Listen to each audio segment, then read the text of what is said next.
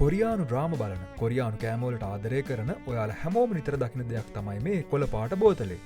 ඔවු අද අපි කතා කරන්න යන්නේ දකුණු කොරියාවේ සංස්කෘතියම කොටසක් වෙලා තියෙන සෝජු ගැනයි. අංක 1 චමිසුල්.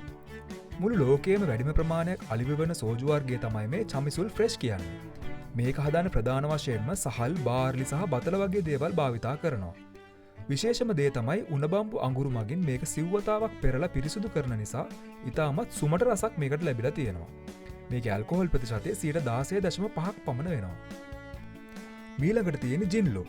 මේක හඳුන්වන්නේ ජින්ලෝ බැක් කියලයි. 1970 දශකයේ තිබුණු පැරණි කොරියානු සෝජු සහ නිල් පාට බෝතලය නැවතත් නවීන පරපුර වෙනුවෙන් හඳුන්වා දීමක් තමයි මෙතනදි වෙලා තියෙන්නේ.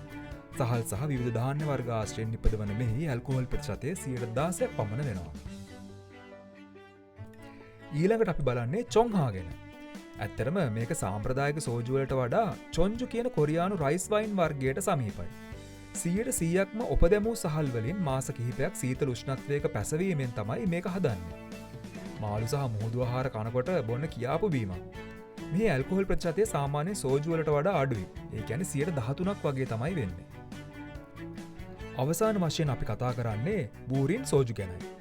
මේක දකුණු කොරියාවේ චොන්චොන් පළාතට විශේෂ වූ සෝජු වර්ගයක්. සහල් සහ ධාන්‍ය වලින් හදන මේ සෝජු එකට පිරිසිදු ඔක්සිජන් එකතු කරලා තියෙනවා. සාමාන්‍ය සෝජු වලට වඩා 3 ගුණයකින් ඔක්සිජන් අඩංගු නිසා මේක බීලා පහුවෙන්දට ඇතිවෙන හිසරද්දේ ගොඩක් අඩුයි කියලායි කොරියාවේ ප්‍රසිද්ධ. මේක ඇල්කොහොල් ප්‍රතිශතය 16.5ක් පමණ වෙනවා. ඔන්න අද අපි කොරියාවේ තියෙන සුපිරිම සෝජු වර්ග 5ක් ගැන ඉගෙන ගත්තා. ඔයාලා මීට කලින් සෝජු try කරලා තියෙනවද? නැත්තම් ඔයාලා වැඩියෙන්ම බොන්න ආස කරන්නේ මේ වයින් මොන වර්ගයේද කියලා පල්ලෙහෙන් කමෙන්ට් එකක් දාන්න. වීඩියෝ එකට කැමති නම් ලයික් කරන්න. යාළුවන්ට බලන්නත් ෂෙයා කරන්න. තවත් මෙන්න මේ වගේ රසවත් කොරියානු තොරතුරු දැනගන්න අපේ channel එක subscribe කරන්න අමතක කරන්න එපා. ඊළඟ වීඩියෝ එකෙන් හමු වෙමු. සුබ දවසක්.